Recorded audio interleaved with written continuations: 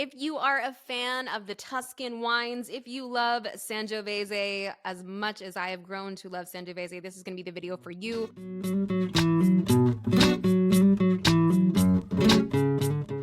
We are talking about the 2017 Cantina di Montalcino. This is included in your Wine Access Unfiltered podcast shipment. This is going to be for our Tuscany episode, of course. And when I started putting this episode together and started trying to figure out what wines we were going to use, I had assumed that we would use a Chianti Classico or Vino Nobile di Montepulciano or something that wasn't Brunello, because honestly, these are so hard to get these days.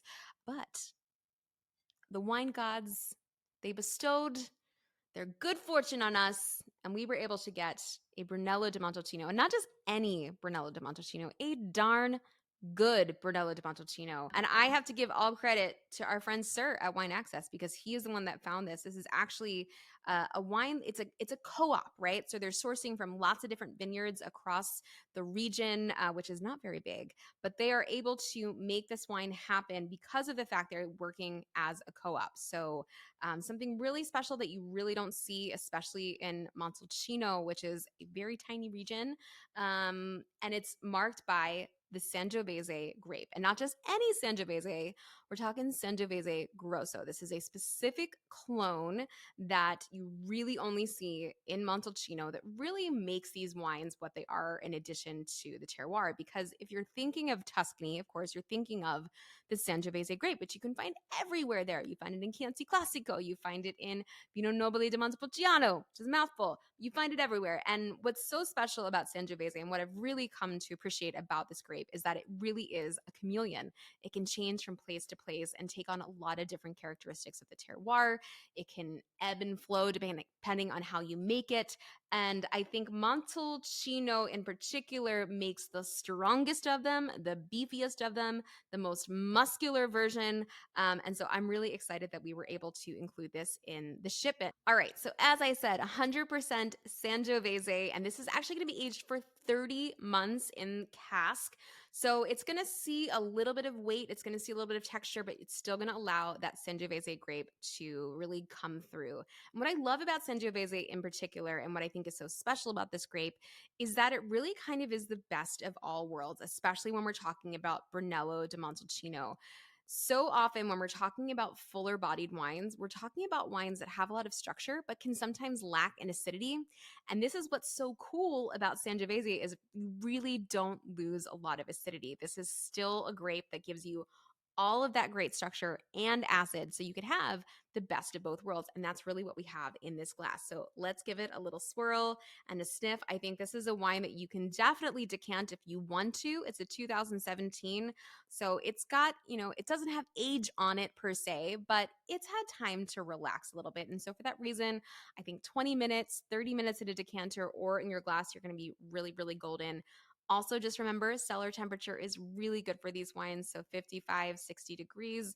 You can put it in your fridge if you don't have a wine storage situation, and just take it out, 20 minutes before you're about to serve it. It'll get it to that perfect temperature. So on the nose, I think immediately what should strike you are two things: cherry and tobacco. And for me, these are things that I always find in Sangiovese. Almost smells like Pinot, but just a little darker, right? Lots of cherries.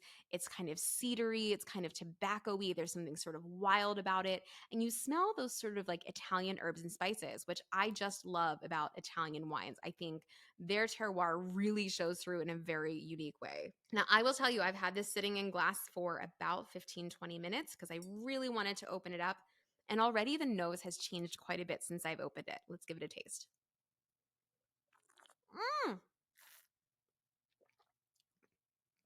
There's that acidity I was talking about. You guys remember that? That acidity is so intense, but it's really anchored by that great structure that it has at the bottom. So you should feel the tannins. They're definitely there. I find them on my tongue, but that acidity, when you got your gleekers going like that, that's acidity, right? And this is what's so great about this wine, because it makes it perfect with food.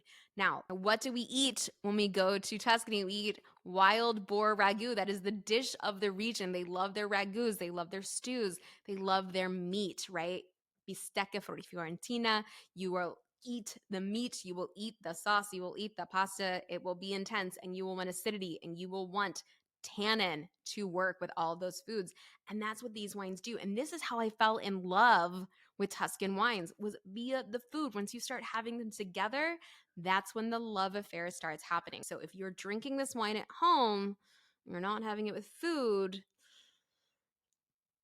you might have a problem. I think this is a wine that really, really wants food. I'm not going to say you're not going to like it on its own. I'm not going to say it because it's lovely, but it wants food. So if you have the ability to whip up a little ragu, this is rustic fare, guys. So you don't need to go crazy. Rustic fare, protein, red sauce, pasta, something like that, steak, you're good to go, because that's what this wine wants. Let's give it another sip. Do you see all that earthy stuff underneath of there too? There's like this great, it's not quite umami. It's almost like charred meat, charred vegetable, that kind of smell of char, right? That tobacco-y cedar thing going on. You've got all that great fruit, but that fruit is on the tart side. This is what's so cool about these wines. I mean, this is a warm region. We're talking Mediterranean climate in Tuscany.